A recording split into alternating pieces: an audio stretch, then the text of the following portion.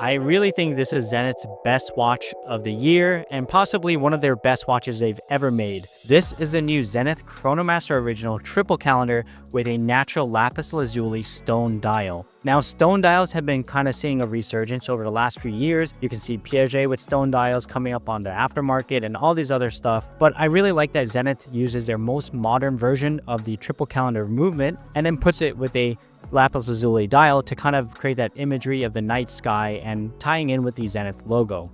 Now, 2025 is Zenith's 160th year anniversary since the brand started in 1865. And along with this watch, they did launch a few other blue watches for the anniversary. So today, I just want to talk to you about my overall thoughts with this watch. I gotten to wear it for the past week now. And at a glance, yeah, it is the standard Chronomaster Original triple calendar with a new dial. You do get the bracelet and the strap, but it does come at a premium price tag around $8,000 more than the standard version. So at retail, this is $22,700. I hope by the end of this video, you might get the answer to, is this watch worth the premium price tag? Let's first start with the case and wearability. It's a 38mm case with a 14mm of thickness and a 46mm lug to lug. Now on the wrist, that is all Goldilocks proportions for me.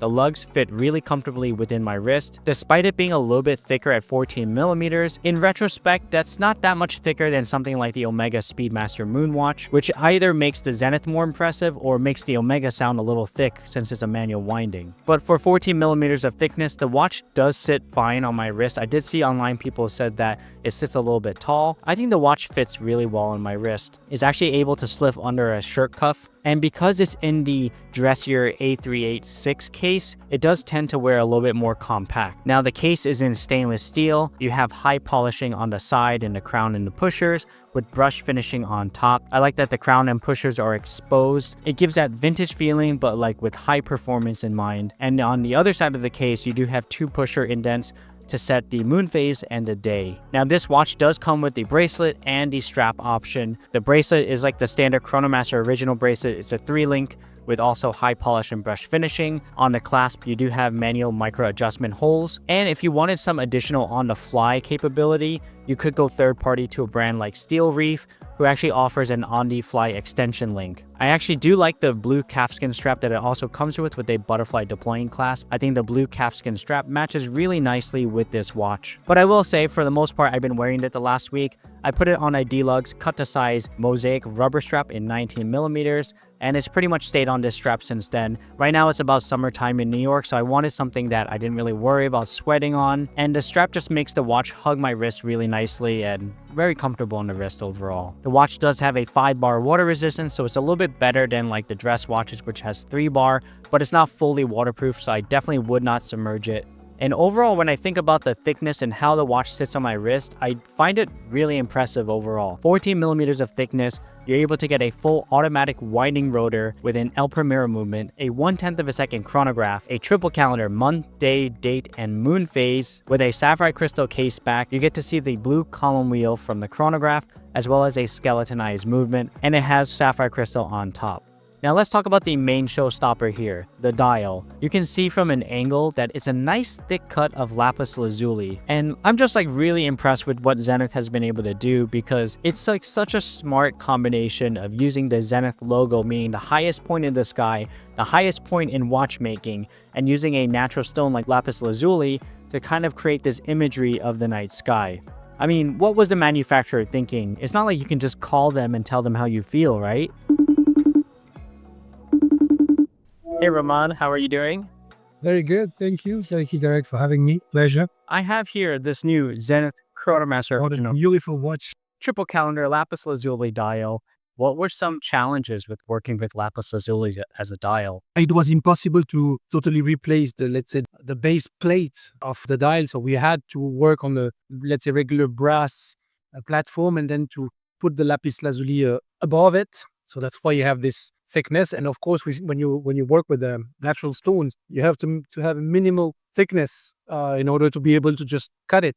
And as you can see on this dial specifically, you have a lot of openings, a lot of apertures, and it makes the whole challenge to have all these cuts all around this. And because there's a lot of possibilities for all these openings to break, which is quite a challenge. so many possibilities of cracks and breaks. So that's why the cost itself also is let's say reflected with all these challenges. Is there like a success/pass rate that you could tell us? But Like, to achieve this kind of dials, let's say if you want to do 100 of them, you have to put into production almost the double of it. So ROI or the, let's say, damage rate is quite high. That's also why the price reflects a bit this impact on all these cracks and breaks, and it's also especially because we are producing, I mean, a very, very few quantities of this dial a year. We will not only be able to produce 100 of them, so it's going to be very, very rare in a way. And that's also why the price is reflecting this. And also because it's a real, and I'm insisting on this, a real Lapis Lazuli stone dial, and not like a reconstituted or whatsoever powder of Lapis Lazuli, as we can see now on the market a lot. No, you can tell this is definitely a real piece because we even have like the specks, the natural color within the dial, Exactly. which kind of adds to that night sky imagery. So I saw that a few years ago, there was a Zenith with a Lapis Lazuli dial that was auctioned at Philips that went like way over what you guys expected. Was that in part inspiration for putting the Lapis Lazuli in display? Well, that was back in 2019 with Aurel and Alex for Philips, Bax and Russo. Yeah. We wanted to create something special for good cause, for charity, during the celebration of the 50th anniversary of the El Primero movement. We said to ourselves we will never redo a chronograph El Primero A386 revival with this, which is still the case because here it's a triple calendar and it's a steel case and not a platinum one. So the combination of platinum lapis chronograph will never be done again, like we commit with Aurel and company. But yeah, that piece really achieved way above our expectation back then. I actually think that Zenith did one of the best jobs when it came to celebrating their big anniversary this year. So Appreciate the congratulations. Thank you, Derek. Like Ramon said, this is a full Lapis Lazuli stone dial with the month, day, and date windows all cut out, along with all of the hour markers that are applied, and also the 3 subdials which is used for the chronograph. So from the most outer ring of the dial, you have this 1/10 of a second reading in a similarly blue color. Then you have 1/100th of a second reading in silver, which matches really well with the silver subdials. And then you have the center main dial in Lapis Lazuli. I like how the dial feels very symmetrical, and it's actually really easy to read despite it having a lot of information. For example, at 10 o'clock you have the day, at 2 o'clock you have the month, down between 4 and 5 you have the date. The date is actually placed perfectly in the center, so it doesn't really bother me that it's there as opposed to being at like 6 o'clock or 3 o'clock. The moon phase is right at 6 o'clock in the subdial. Everything is like really easy to read and when you need to find it. Whereas the 3 o'clock subdials that says 60, 20, 40, that's for the running seconds of the chronograph. Like I mentioned, this is a 1/10 of a second El Primero movement. So when you start the chronograph, one full rotation means 10 seconds. So in order for this to go around 1 minute, it has to go around 6 times. It takes a little bit getting used to at first because you're pretty much always used to like standard chronographs, one rotation is 60 seconds. But after a while, I found it really useful. Normally my pet peeve is that I want a chronograph to be able to read 12 hours, but I find that I actually sometimes forget when I'm using a chronograph if it's more than an hour. So here it feels like this is really intentional for someone who wants like that most precise, quick timing. Down at 6 o'clock measures the running minutes of the chronograph, which is, like I mentioned, up to 60 minutes, 1 hour. And the applied hour markers and hands have lume on it, which glows really bright. And at the tip of the hands has this black lacquer, which kind of gives off this contrast to make it easy to read the time. I do like that the hour markers and the hands all have like this rectangular baton shape, so everything is very symmetrical. It's actually one of my favorite versions of this handset, I would say, on a Zenith dial. And something different you will notice on the triple calendar version compared to the standard Chronomaster original is that the subdials are perfectly circular and do not overlap. That's something on the Chronomaster original with the standard date window. You'll see that there's more space on the dial, so some of those subdials start to overlap and have a more oval shape. I personally prefer this look because it has that like panda layout and it's just really easy to read. Now the movement is an El Primero movement, No surprise there, 36,000 vibrations per hour, 5 Hz, 60-hour power reserve. The watch has been really accurate since I've been wearing it for the last week, and I've had no issues with it. You know, when you get a Zenith watch, the movement is probably the last thing you'll ever worry about because they put a lot of effort and time into making this movement. Now, this watch reminds me the most of the one-off piece that Zenith did with Philips back in 2019, which was a Lapis Lazuli dial in a platinum A386 case. And while that is not this is probably the most similar thing that you can buy at a standard production level. Now, Zenith did say that this dial is only going to be produced for the 160th year anniversary. So while it is not limited in numbers,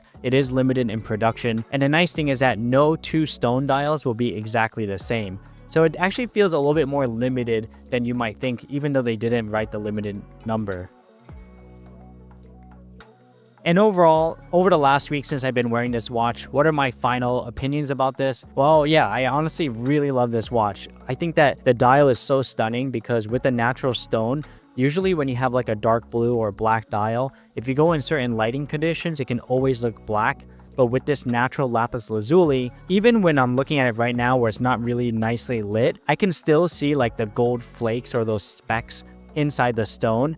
And the dial color is very vibrant. I don't personally have any watches with this kind of vibrant dial, and that's what really intrigued me to it in the first place. Now, I will say the only thing that was a little bit of a pet peeve of mine is that setting the triple calendar can be a little bit annoying, especially if you're setting it for the first time. So you have these two pushers on the side of the case. That's for the day and the moon phase. But if you want to set the date, you would pull out the crown to the first position, like you would set any watch. And in order to set the month, that's all linked to the date. Let's say you're 5 months ahead, you're gonna have to cycle through the date until you finally get to the correct month. But once you have it set up and running, I mean, it's pretty easy. You don't really need to set it again. I would think of it more similar to like a perpetual calendar, but this watch does have a simple date feature, meaning that it's not a complete calendar. So every other month you do have to adjust the date. So when it's February, this calendar will still go up to 28, 29, 30, 31, even though in February it's either 28 or 29 days maximum. That I found to be a little bit of a pet peeve of mine for this watch, but despite that, I still think the watch is beautiful. I would probably just leave it on a watch winder, and that way anytime I do want to wear it,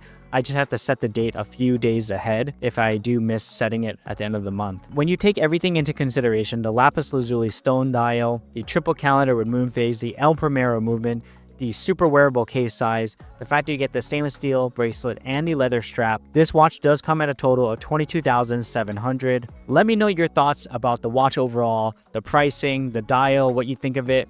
I definitely think this is something you should see in person. Every person I've shown this watch to is blown away by the dial because it truly is stunning. And I think if you're looking for something really special within Zenith's line, you will really like this. And again, if you're interested in Zenith watches, my store Carrot & Co is an authorized retailer for Zenith located in Flushing, New York. I don't think I could get tired of this dial at all. I think this is going to continue living rent-free in my mind even after this video. I even like how the background of the day, month, and date is the same like blue background, even though it's not also a stone dial. It's just everything melds together really nicely, and it just looks so awesome on my wrist. Anyways, I don't think I can stop thinking about this watch for now.